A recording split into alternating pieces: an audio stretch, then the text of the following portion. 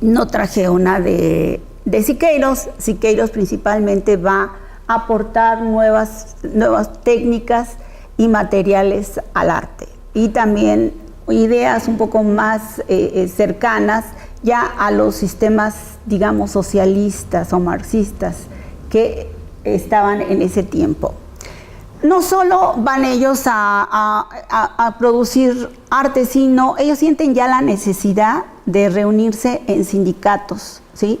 Y entonces está el Sindicato de Trabajadores Técnicos, Pintores, Escultores, Grupo Revolucionario 3030, el periódico combativo El Machete, por los nombres 30 y 30 y El Machete. Ustedes pueden entender que eran medios de comunicación de vanguardia donde se escribían las nuevas, cómo debería de ser el arte, cómo debería de ser la sociedad, ¿no? Y la LEAR. Pero aparte de todo este arte combativo, activista que se estaba realizando por muchos artistas, no solamente los tres grandes, ahí vieron uno de Camarena, estaba por otro lado otros artistas. Entre estos artistas que trabajaban tranquilamente, pues tenemos a la conocidísima Frida Kahlo, ¿verdad? Que se tenía que poner casi a fuerza, ¿no? Y entonces ella va a manejar, en este caso, un surrealismo mexicano. Ahora, hay incluso un libro donde está hecho para desmistificar y decir que, bueno, que Frida Kahlo no es surrealista. Pero vamos a seguir lo que sigue la generalidad, que ella era una surrealista, ¿sí? Y tenemos también a tres maravillosas, también a María Izquierdo, casi de la misma época, y también a una señora que se apellida Ureta, que no traje aquí. Y por supuesto Tamayo. Tamayo es también un gran muralista, un extraordinario artista que trabajó, pero él al margen de los tres grandes y al margen de todo lo que se estaba haciendo. Su pintura es vernácula, eso que quiere decir que, bueno, que incluía cosas mexicanas, muy mexicanas, ¿sí? En este caso, esta preciosa pintura de los perros. Y vamos a entrar ya más o menos al tema que nos está aquí congregando, ¿sí? Y entonces vamos a empezar.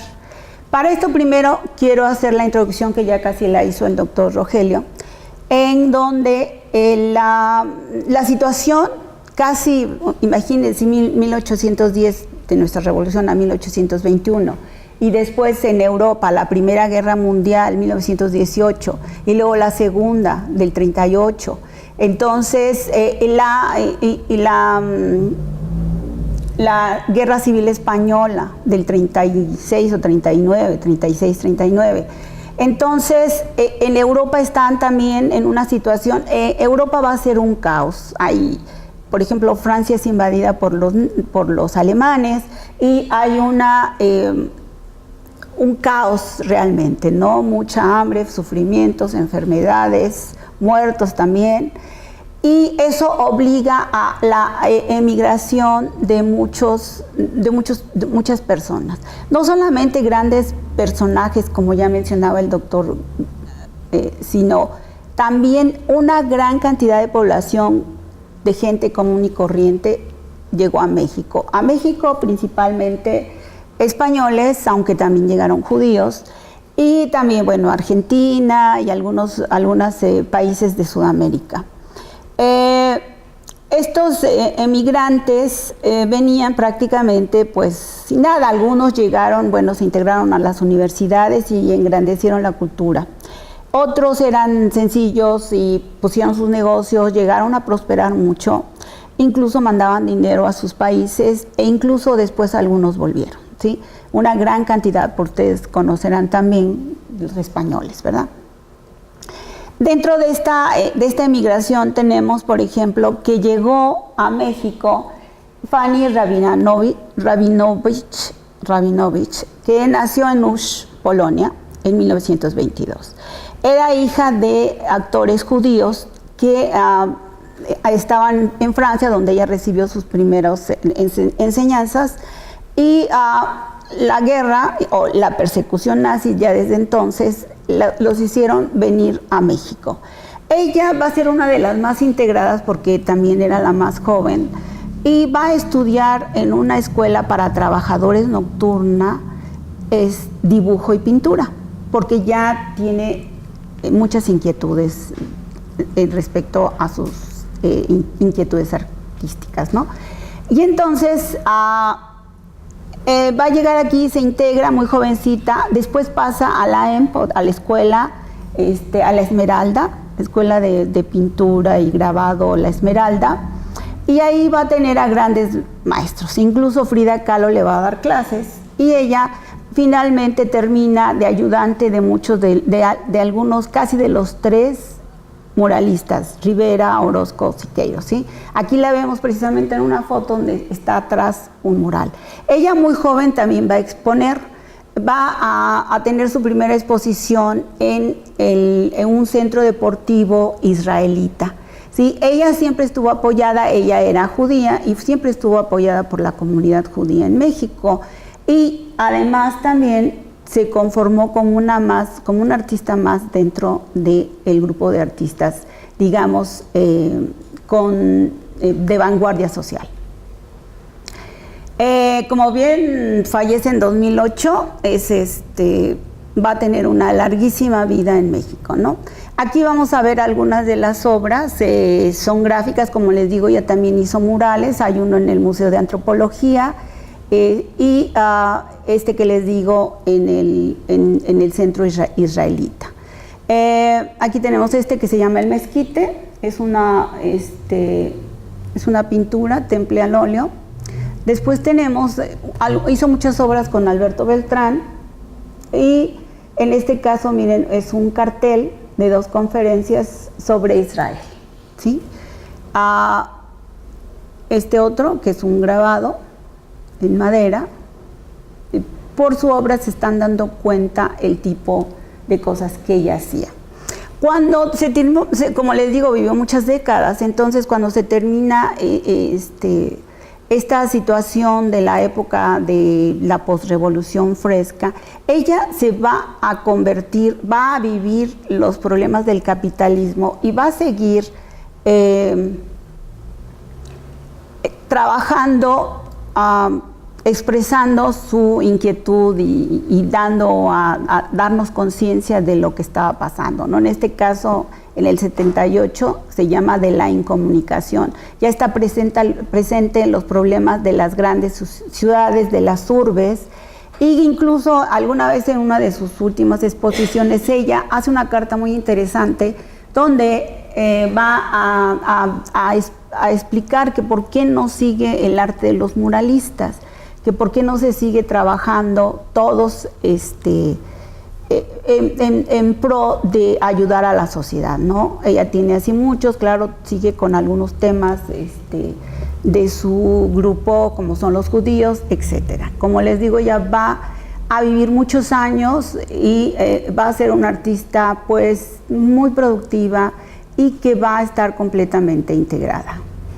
Tenemos el otro caso, que es el de Leonora Carrington. Ella, aquí están viendo, nació en el Reino Unido en el 17 y llega a México en el 42. También va a tener una larguísima vida, del 17 al 2011, va a tener muchos años trabajando. Ella también va a tener ella más que Fanny Rabel, que así se le conoce artísticamente, va a tener un azaroso camino a México, ¿no? Ella va a pertenecer a una familia muy acomodada de industriales en Inglaterra, pero también muy austeros, ¿no? En cuanto a la religión, sobre todo. Y entonces a ella la van a sacar de algunos colegios religiosos, y finalmente su madre la inscribe en una escuela de arte en Florencia. Ahí conoce a Max Ernst. Max Ernst va a ser uno de los principales surrealistas en Europa. Él va a tener muchos años, 47, ella tiene menos de 20 o 20, y se van a hacer pareja sentimental, ¿sí?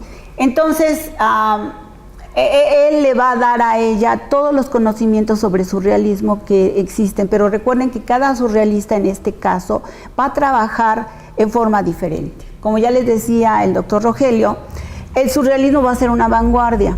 Estas vanguardias, ¿por qué surgen estas vanguardias? ¿Por qué vamos a ver? Bueno, pues primero el Dada surge como un reclamo a la sociedad que ha acabado, que esa guerra mundial, la primera guerra mundial ha acabado con todo, con el arte. Y entonces ellos, el Dada va a ser una burla, podemos decir, al arte que acaban de destruir la misma sociedad europea, ¿no? Y entonces ellos, este arte es, digamos, incongruente, el Dada. Los invito a que conozcan un poco del Dada.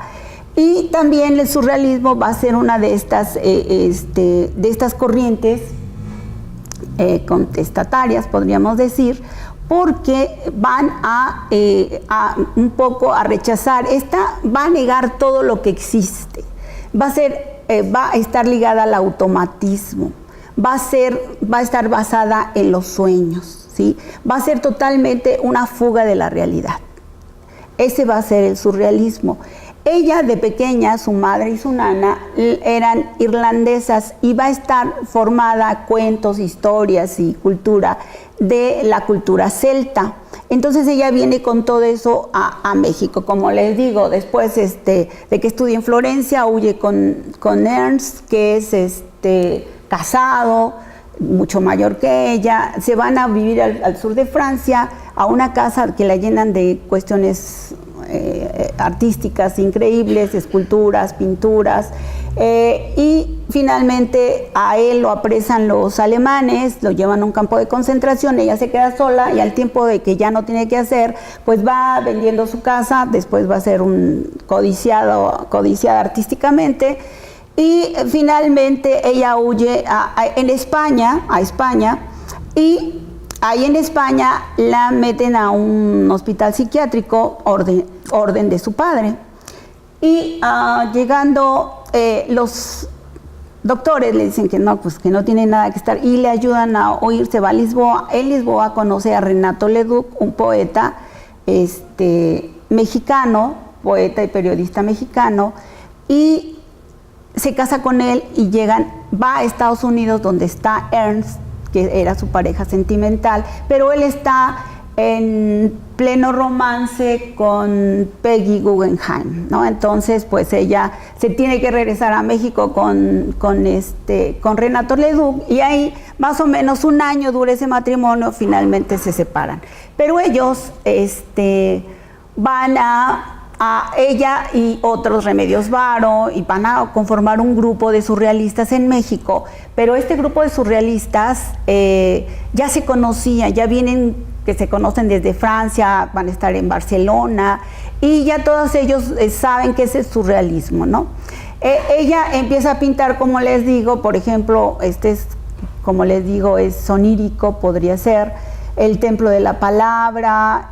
Su pintura a veces no va a ser de una factura perfecta, pero esto lo dice una crítica de arte, Teresa del Conde, que puede ser no porque ella no tuviera la capacidad, sino porque algunas cosas le interesaban más que otras, y algunas cosas las hacían maravillosas y otras ya quedaban fuera, ¿no? Ella va a ser muy inteligente, seguramente la desheredaron, o ella no aceptó ya nada, porque ella va a trabajar muchísimo y nunca va a volver a Inglaterra. Incluso expone allá y ni siquiera llega. Sí, están todas muy temerosas de todo lo que sufrieron en Europa, entonces llegan pero con miedo, ¿no? Las cosas les parecen horribles, ¿no? Ya que regresan. Y entonces ella va a trabajar mucho en México, pero se casa con Emérico West, que también es un húngaro, y tiene 2 hijos. Las fotografías que existen, eso se ve que fue muy feliz con sus hijos. Finalmente trabaja para sus hijos y empieza a producir y se va a cotizar muy bien, ¿sí? Incluso ahorita algunas de las obras, tanto de Remedios Varo como de Carrington, van a estar así como en $10 millones, en fin, ¿sí? Ya son obras muy, y ella le convino a México porque fue una surrealista, pero también a ella le convino estar en México porque ella trabajó y se cotizó excelentemente, ¿no? Estas son unas de sus primeras obras, ¿sí? Ahí está una foto. Y aquí tenemos estas otras, y las esculturas que están aquí al final ya son de los años 80, ella ya tenía 60 años, hizo las maquetas para estas grandes esculturas. La que está arriba, puede ser, es una que está en el Paseo de la Reforma en la Ciudad de México, y bueno, como les digo, hizo cosas pequeñas en metales preciosos, y bueno, ella vendía muy bien.